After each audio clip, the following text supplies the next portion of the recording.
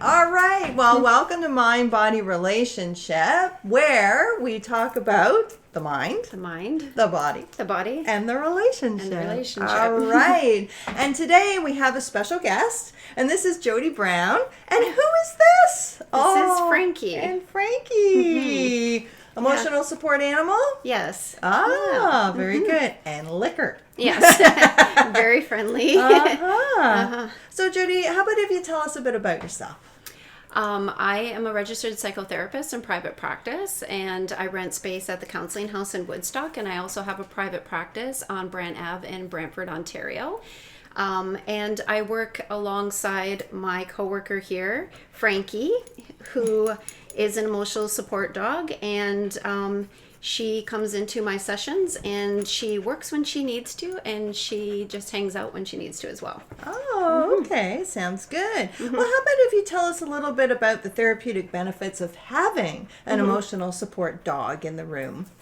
Yeah, so Frankie is really supportive in the way that she has like a very calm demeanor in the session. So when somebody is feeling very emotionally overwhelmed, a lot of times she'll come over and she'll sit on their feet, or she will jump up onto the furniture with them and lay her head on them, and they will support or feel more comfortable petting them. A lot of people use her for when they're doing some processing. They'll use her as something to focus on that feels safe in the room. I also use her a lot with my teenagers who feel very uncomfortable coming into therapy, and so they will really spend a lot of their focus and energy on her for the first few sessions as we develop our therapeutic relationship. Oh, very good. Yeah, petting is a very calming thing to do, isn't it? It is, yes. So any kind of petting, whether it's to do with a dog or a cat or even self-petting. Yeah, for sure. I do a lot of, she's decided that she wants to be in my lap. The slider there we go. Because she doesn't quite fit. Yeah. Oh dear. Yeah. So it is really nice. Like they'll just sit and do the same thing that I'm doing right here. She likes to lay on people. She likes to sit in people's laps.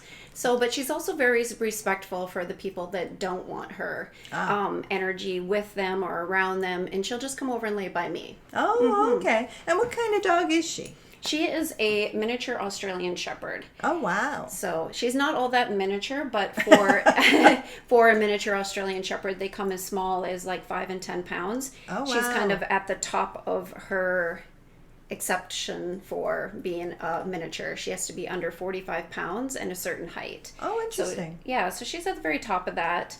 But yeah, she's very calm for an Australian Shepherd. If anybody knows the breed, they're a working dog, a herding dog, so they have a lot of anxious energy themselves usually. Right. And they're very, they need a lot of mental stimulation and a lot of exercise. Oh, interesting. Very good. Yeah. But she's an exception to the rule because she's super calm and not anxious at all, and just very really good for this job.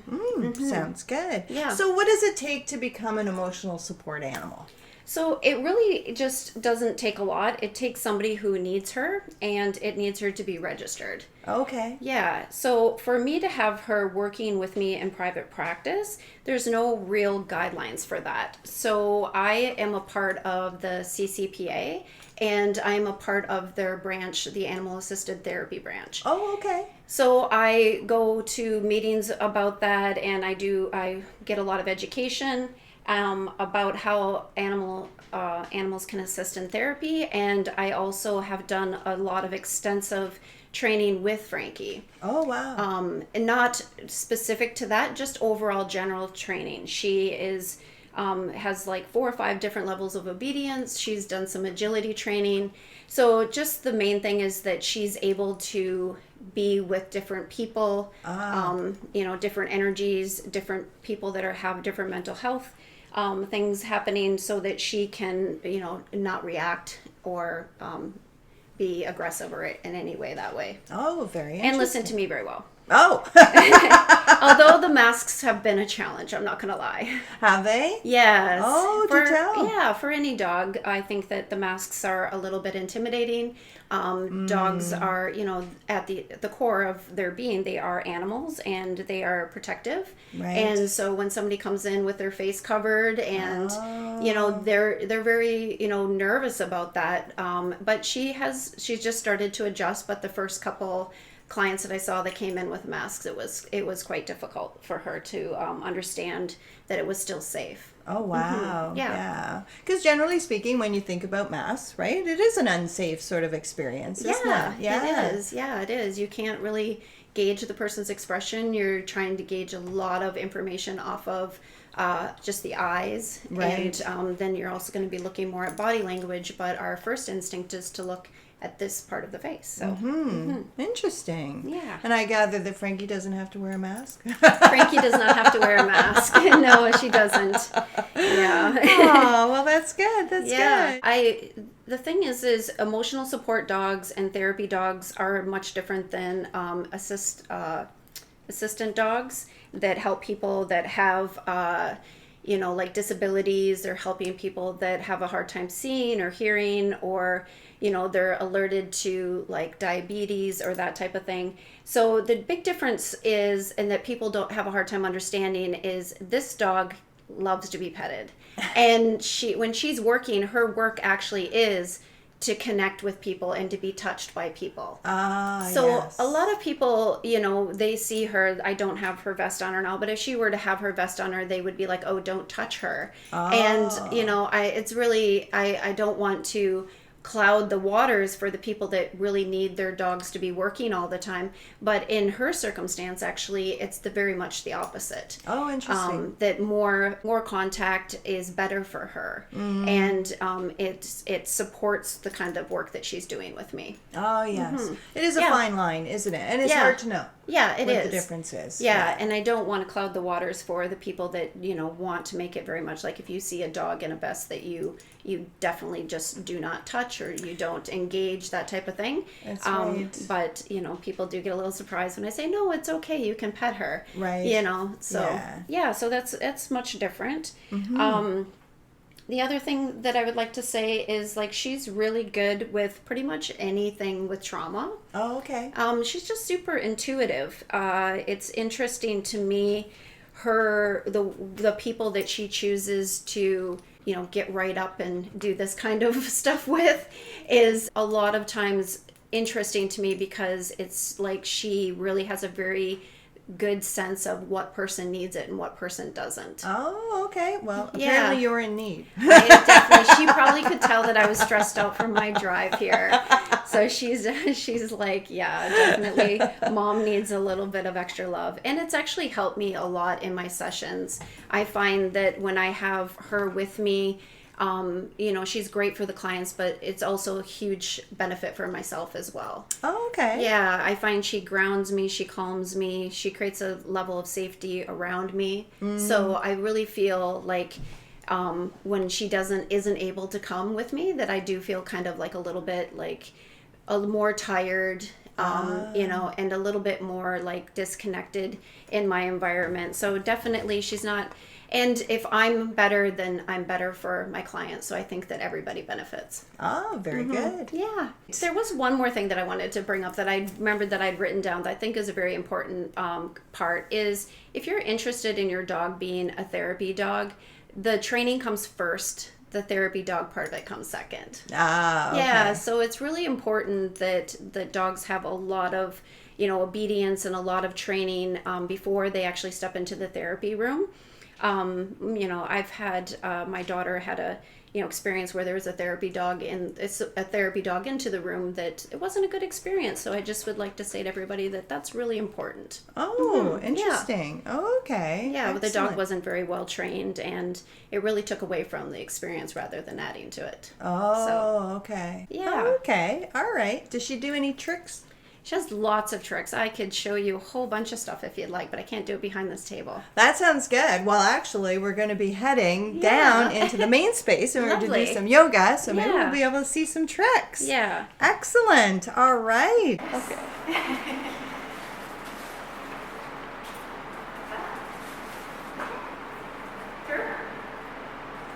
Look at that. All the way. Get in. Sit. Yes. A little closer. Good girl. Good girl. Okay, back up. Back up. Nose. Come here. She's not doing it. Get a little further away. Yes. Good girl. Down. Good girl. Okay. Leave it. Leave it. Good girl. Good girl. Leave it. Okay. Ooh. Good girl. Yes. Yep. Get in. Get in. Sit. Come. Sit. Come. Come. Down. Yes. Good girl. Come. Get in. Switch. Switch. Yes. Switch. Yes. Good girl. Sit. Switch. All the way around. All the way. All the way this way. Yes. She tried to grab the treats.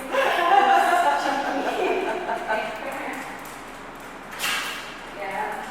Okay, get in. Sit. Okay, come. Come. Down. Down. Yes, come. Down. I'm about done.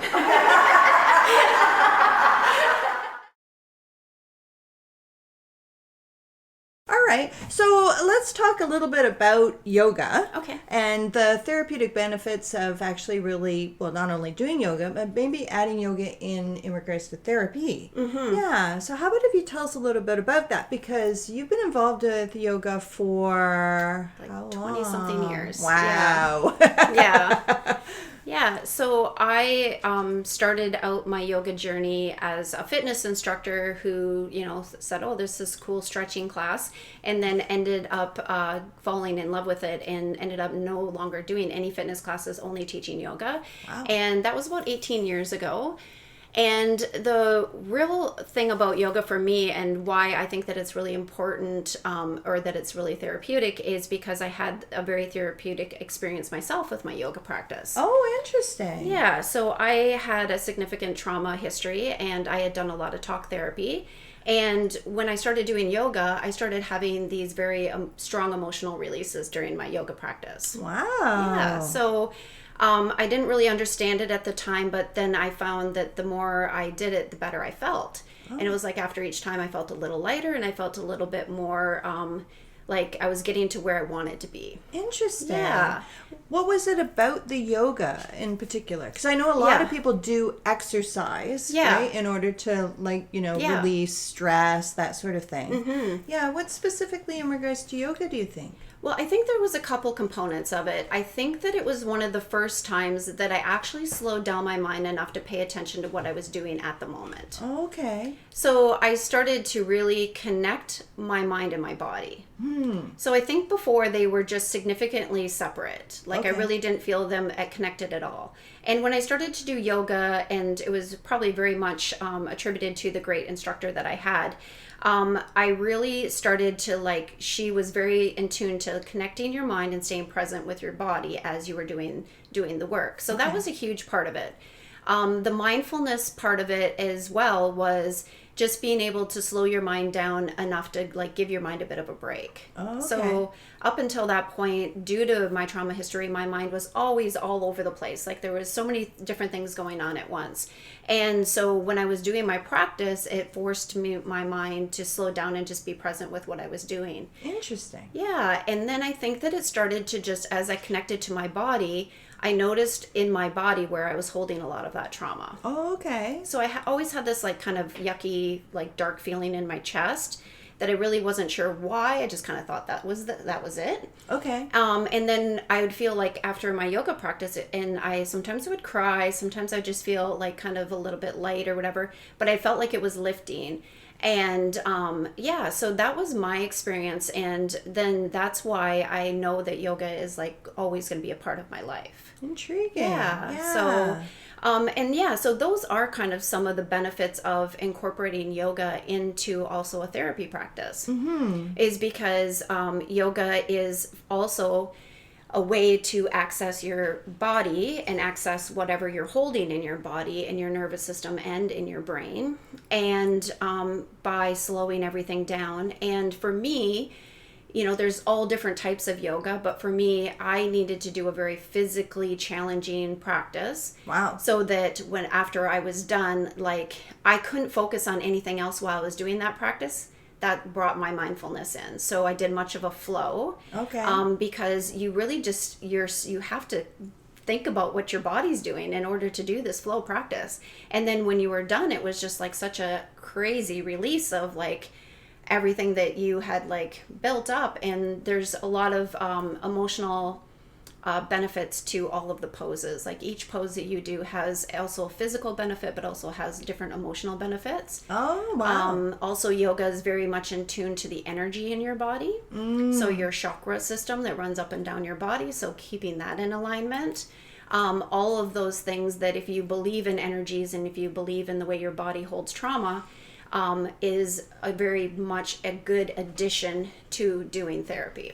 Intriguing. Yeah, because yoga is actually a Buddhist practice. Is that right? That's where it is that it comes from? Well, originally I think it was from the Hindu religion, but Buddha is like a expression off of Hinduism. Buddha actually was a Hindu, and then he created he got his own followers. So originally it was just done by the monks, and it was mainly just meditation. Ah, gotcha. And then when they were sitting for long hours meditating, their bodies started to feel the effects of just sitting for long hours. And then I think that kind of over many, many, many years and many different things happening, that yoga was developed from that. But it means yoking mind and body and spirit. Oh, okay. Yeah. Gotcha. So in that, is it a religious practice? Because some people have, because they're based in religion, have concerns about yoga being a religious practice. Yes, and I hear that a lot. As been an instructor for 20-something years, that I've heard a lot of people, and I've had people that don't do yoga because they believe it's a religious practice. I don't subscribe to either religion myself. I do believe that there is some spirituality in the practice. Oh, okay. So, but I also believe that you can bring in your spirituality and your religious beliefs into your yoga practice. And that's just my personal belief. I don't believe that my beliefs are right or the right thing for everybody, but I do believe that there is some spirituality in it. There's a connection to just feeling like you're connected to more than yourself, to something bigger, to something that is more powerful than you. And I think that that's really a good thing for mental health as well. Because, what we do know about mental health is that when people feel isolated and not connected to their community and to other people, that mental health deteriorates. So true, so true. Well, especially now, as it is that we're all forced into distancing. Yes, and wearing masks. That takes away that connection. It certainly between does. People. Yeah. So more towards the benefits of doing yoga while you're doing therapy. I think that it is also something you can do every day, whereas you can't see your therapist every day. It doesn't have to be strenuous. It can be accommodated. That's a great thing about yoga is there's so many different poses and there's so many different venues and different belief systems that you can probably find one that works for you. The thing I'd also say is that it's really important that if you are a survivor of some form of trauma and you choose to do yoga, that it's important that you find a trauma-informed yoga instructor. Yoga, because it is so connected to your body, where we hold a lot of trauma, if the yoga instructor is not informed with that type of mindset, there are certain things that can happen in a yoga practice that can be very triggering. So for my practice, I was able to manage, and I was able to get to those deep, dark places and manage those. I also say that attributed to having a really good instructor, but I don't think that she was overly trauma informed or knew what I hadn't expressed to her what I was going through or what I'd been through. Right. But it is important that I do know that there are certain things that can happen in a yoga practice that could be re-traumatizing if you don't have an informed person helping you. Makes sense. Yes. Yes. It's always about that connection, isn't it? Yeah. The relationship. Yeah, for sure. Very much so. And the truth is, you can actually do chair yoga as well. Yeah. It can accommodate people that have wrist injuries, back injuries, elderly, young people, kids love it.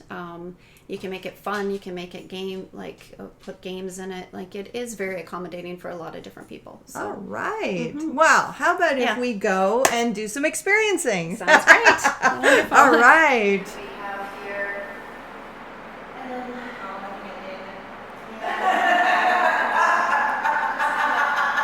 looking and seeing, and then you can just take a moment to kind of check in with your body.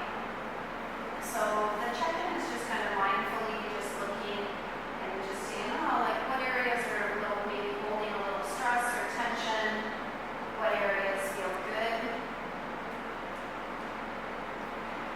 And then just kind of letting go of that check-in and allowing it to kind of be pushed to the outside of our energy level right now. And then just imagining that around your mat is creating a safe space for you to be present. So you have the option to keep your eyes open, or you can allow your eyes to softly close. Just keep in mind that at any time you find that with your eyes closed that you are no longer able to be present, that you start to wander off into your day or the past week, it's important that you just open your eyes and allow your gaze to go softly past the tip of your nose. In trauma-informed yoga, we usually encourage our participants to keep their eyes open so that as they begin to feel what's happening in their body, they're able to still keep a portion of their mind and their body in safety. So the drishti, which just means self-gaze, just is what we do in order to keep ourselves in that bubble. So the things around us become almost blurred, and we are still focused inward, but we can still be aware that there's sight. And we're just going to sit up a little bit taller and adjust our sit bones so that they have a strong, firm connection to our mat. And then you can take your arms across your knees. Some people would rather have their hands in their lap. Wherever your arms feel most comfortable, you can allow them to rest there. And then just notice your breath. So we're not working to change it. We're just seeing how it's responding to coming into the space, settling, finding your gaze, connecting to our body. So some people, this will feel very calming and their breath will start to deepen automatically. And for others, it may feel very anxious and their breath will become more shallow. So we just offer that invitation to just notice the breath. And on that same note, reminding ourselves that all of the things during this practice are definitely an invitation. That means that you have choice. That you can choose not to go along with them. You can choose to do something different if that's what you need in that moment. Part of this journey of yoga is learning to listen to yourself and honor what you need.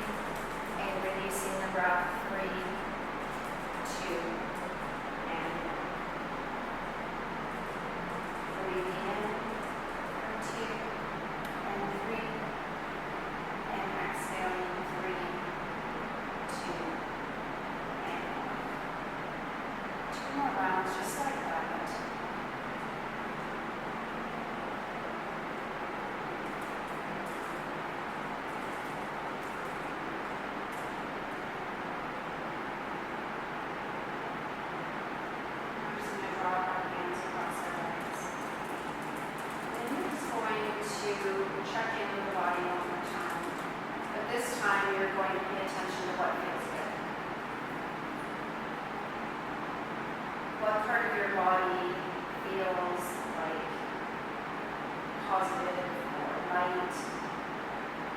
And you're just going to bring more awareness into that space. For me, it just seems to be my cheekbones. So I just try to bring more awareness there. And I encourage you throughout the movement part of this practice to just bring yourself back to that area that feels positive or good. Every once in a while, just checking in. Creating more safety and more awareness into the parts of the body that's different.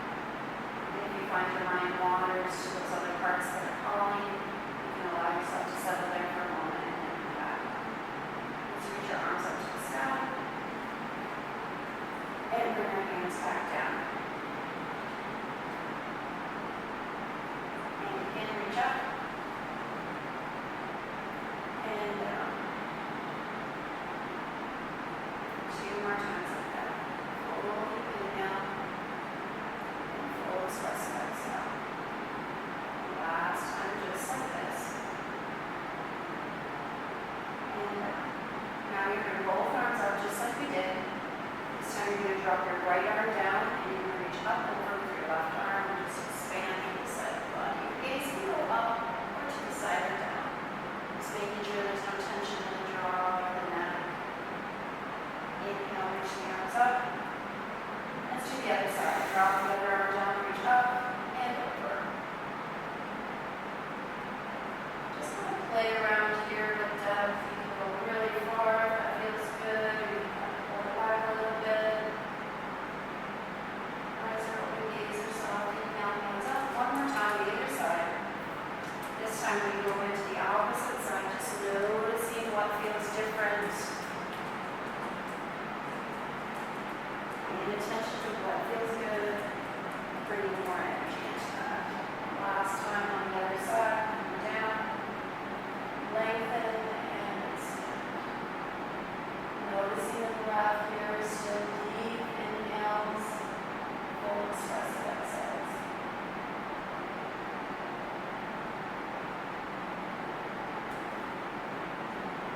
Bring the arms up and reach the arms straight out in front of us and bring one arm underneath the other. And grab a hold of the shoulders.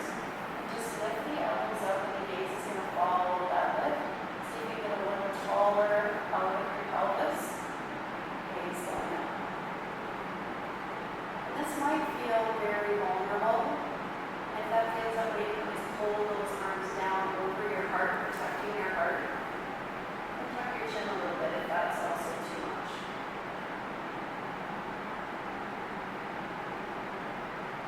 Or you can just take a full expression of the pelvis, whatever feels good. And then all the way down, let's bring both arms out in front again. Let's do the other side. So crossing over, following the elbows as they lift up. But don't be afraid to try the full expression the first time. So what may have felt vulnerable on that side may not feel vulnerable on this side. Always playing around with it first with a little bit of curiosity. And then just really listening to what you need.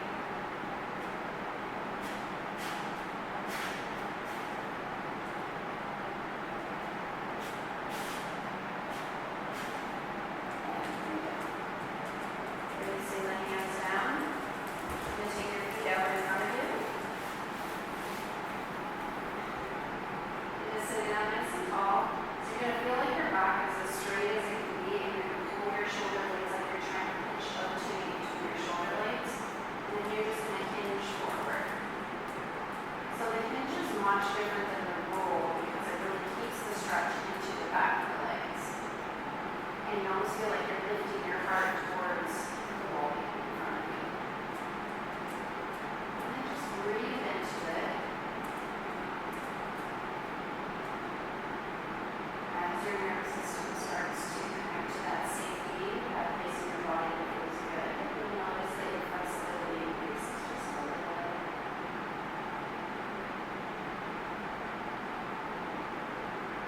If you want, you can just drop your head and let your back curl.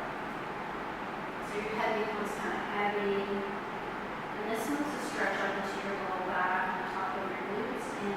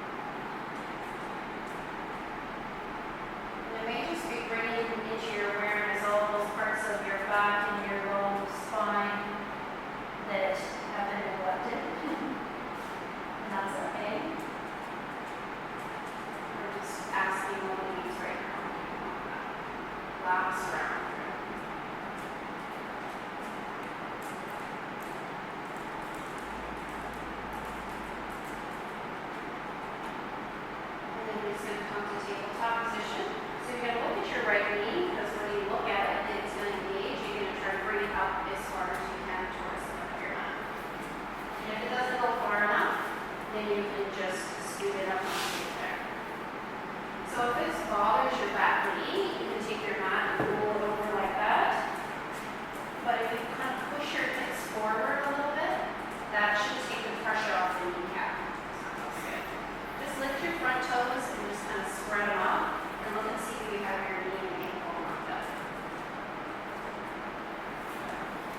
That feels okay? Yep.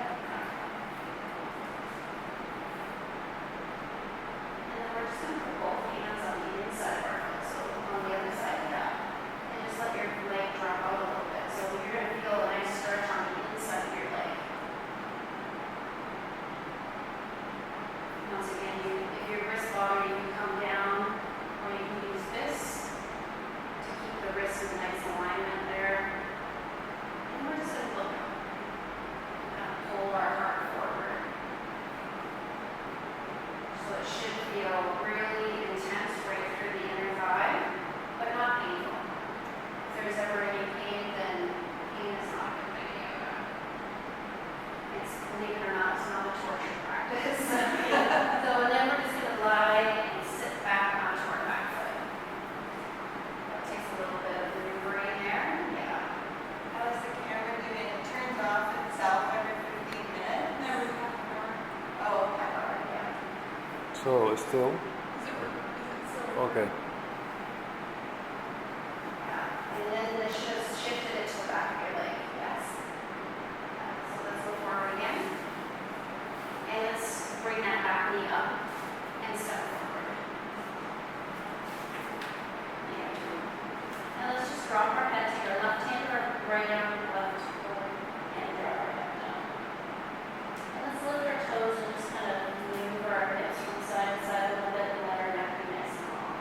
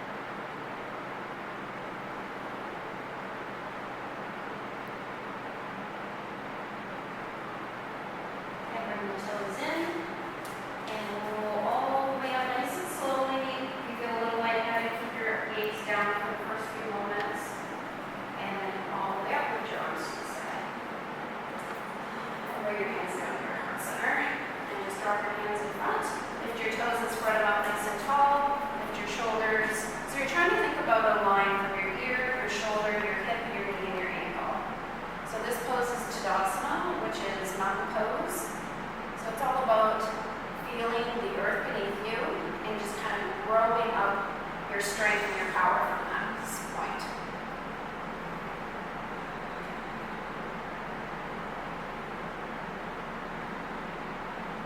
And it's also very vulnerable because the front part of your body is exposed. So when you're doing trauma-informed yoga, something you really want to be aware of is focusing on the positive and focusing on bringing in more of that power, but also being aware that the participant might actually be triggered by that, and that might be something that we need to slow down and be more aware of.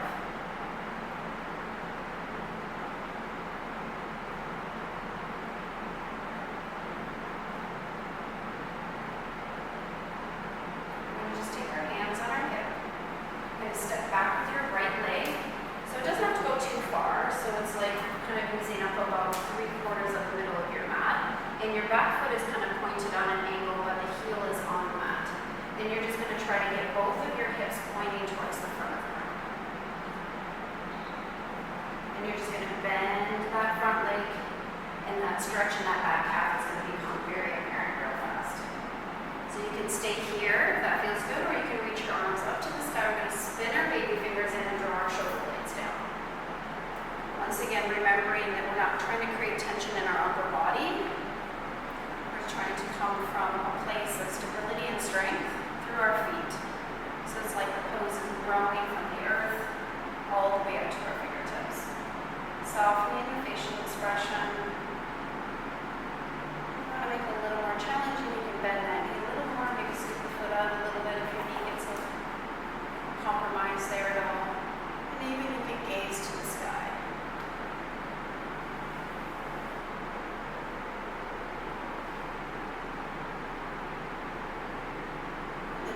Drop our hands down, coming out of the pose the way we went in, straightening the front leg. This time we're going to hinge forward over that front leg. So you can stay here, or if it feels okay, you could potentially bend that front knee a little bit, not too much, and just allow your hands to come to the mat. Sometimes I bend my knees to get my hands down there, and then I just kind of playfully see what it'd be like to straighten out my leg. Some days it straightens, some days not so much. Depends on the day. Depends on the stress. What's going on. And then we're going to look up, come all the way up, and bend both legs and softly step forward. And then we're just going to hang out here in mountain pose just for a moment. So you should feel a different energy on the left bottom half of your body towards the right. We need to balance that out. So what we're going to do is step back with the opposite foot. And that front leg is straight just to begin with. And then we're just going to bend into that front leg. So you feel that back calf getting a nice stretch. And then reach the arms to the side. Spin the baby fingers in. Shoulder blades want to be here. We slide them down. And we can look up. We can smile. Because that ages the brain thinking, hey, this is a really good time. There's nothing wrong with having fun. People that do my classes know that I'm always joking and I always want to make it fun. It's not to be so serious.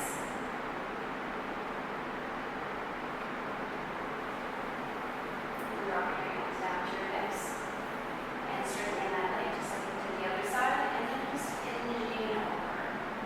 Once again, this side may feel tighter than the other. You might not be able to get your hands so down, or you might want to bend it a little bit. Stay here for about 5 or 6 breaths to bring more awareness into the breath. And then once again, checking in with what feels good and seeing if you can bring more awareness into what feels good.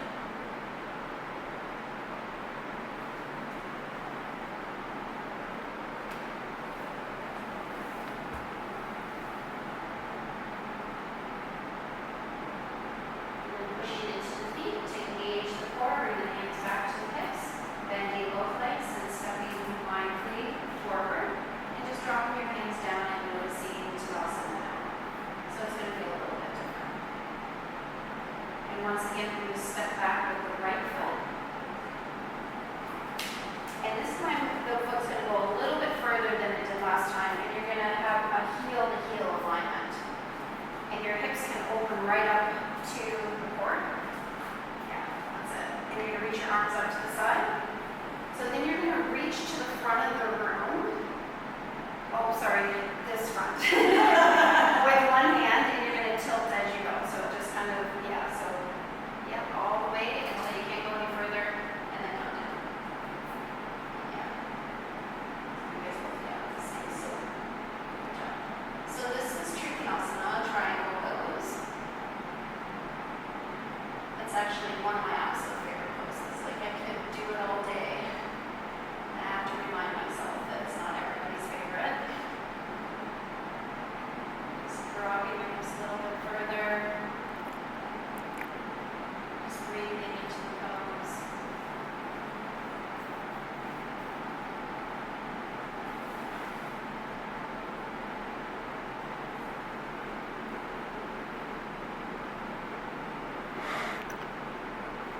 And then just drop that arm down and let it wrap around the back and allow the shoulder to open.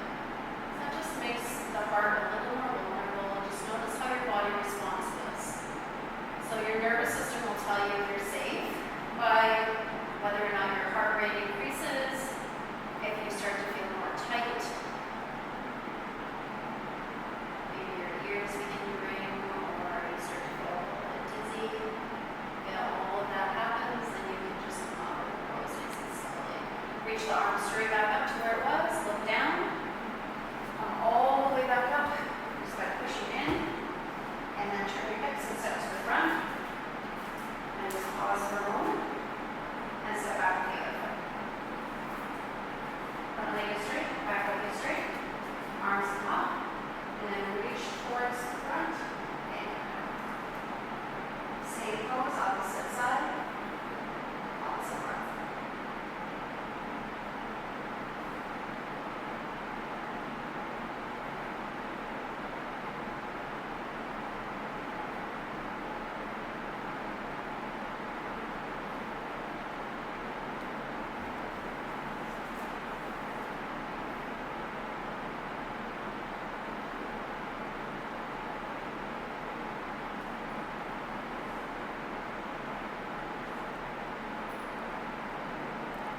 And down, drop the arm behind, and then open the shoulder up a little bit more, exposing the heart, noticing the physical response to that, the mental response, adjust appropriately,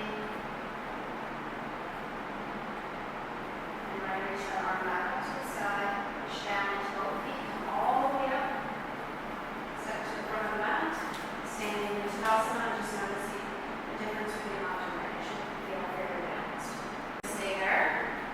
If you want to make it more challenging, this foot can come to the calf, inside of the calf, or the inside of the thigh. Just not on your knee joint, because you don't want too much pressure on your knee joint. Then you can take your hands into a prayer position and stand up a little bit taller. And just be okay with falling out of this and know that balance poses. That's pretty great. It's all about being playful, right? Yeah. And if you need to, you can just keep your toes on the ground a little bit too. That one's so good. Yeah. Does that feel better? That's better. That's better. And when you get to a spot that you feel comfortable, almost you can bring your arms up and have a little bit of fun. You can wave them, open, in, side. Remember, a tree is always within movement. It's okay to have a little bit of fun. Bring your hands back down to your heart center. Bring the knee in, lift up, and sit down. Just stay up, sorry. Let's do the other side. We start again. Another 20 minutes. So we start again. Oh, yep. Okay. Yeah, so on the other side, you're going to play around with it. So just because you have a hard time balance on the other side, doesn't mean that this side is going to be the same. So always play with it first and then decide where you want to go. And just try to find something in front of you that's not going to move and just fixate on that. And then you can also add in movement.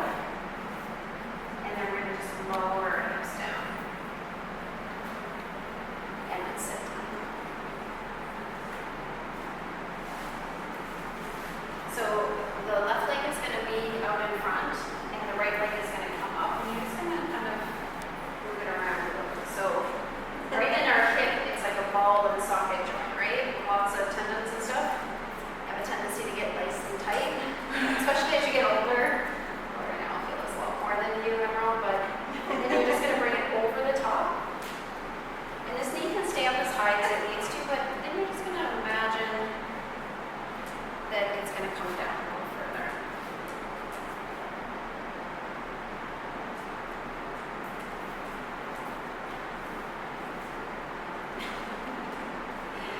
And if it didn't go down on its own, Frankie will sit on the image. Mine is not going. So the theory with hips is it's associated with our water chakra that's right below our navel. And our water chakra is our ability to shift and move and be fluid. It's also associated with our sexuality. So yeah, so it's important to make sure that we're doing things to keep that fluid, not only with our physical body, but also with our mind.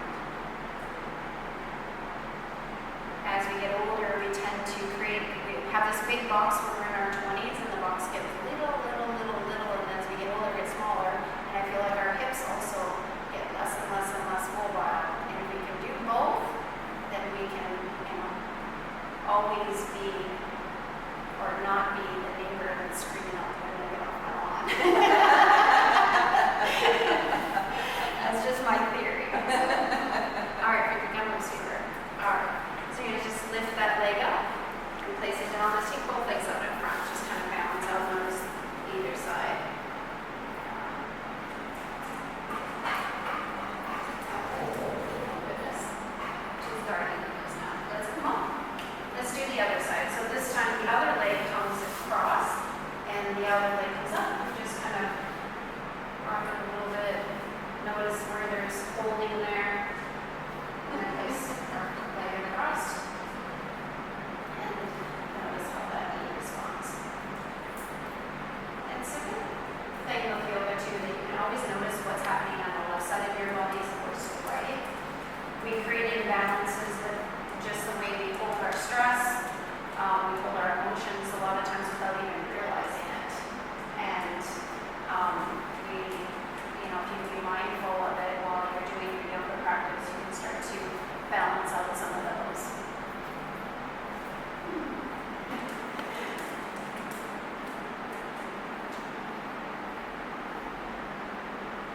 And just release. And we're just going to sit with legs crossed. Bring both arms out in front again and slide around to the back. And interlace your fingers like this, and then you're going to see if you can turn them to the outside. Yeah. And then you can just open up through the chest. Good work.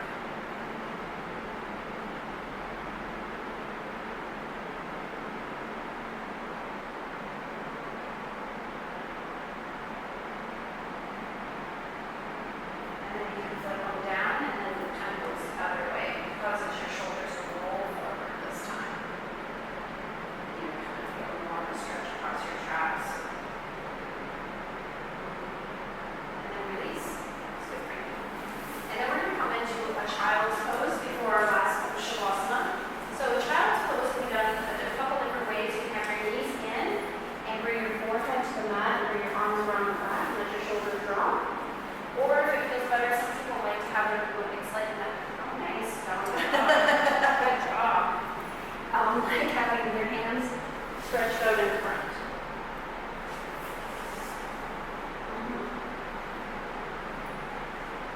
Would it be okay if I came over and did a little, what I would do for a client or a participant? Sure. All right, so just go ahead.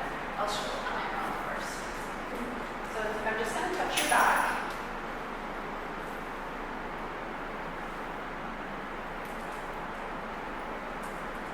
Always want to be respectful and ask for permission.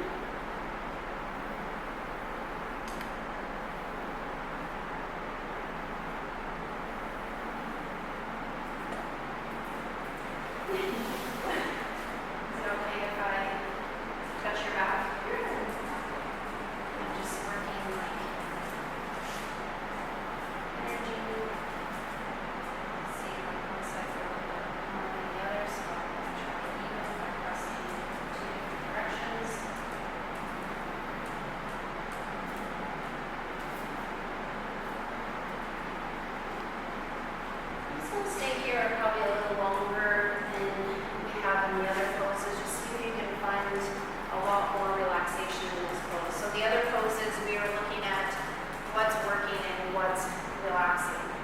Here I want to see probably 90% of you relaxing. And just also noticing if your mind has begun to wander off of your mat, and see if you can direct it back to your body. Once again, connecting to what feels good, and what felt good when we first checked in may feel different now, so being aware of that.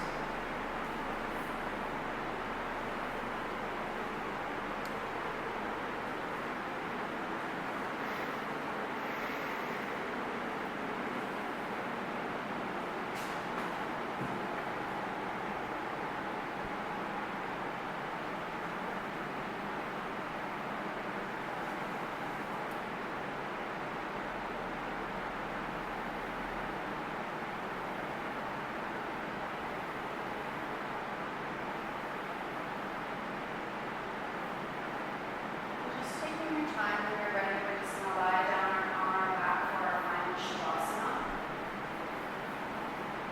So all yoga practice is meant to end the shavasana. It is like the completion of your practice. It is the time that all of the healing energy that you've created through your movement, your mindfulness, and your breath is incorporated into your body and balances everything. So once you lie down, I'll give you a little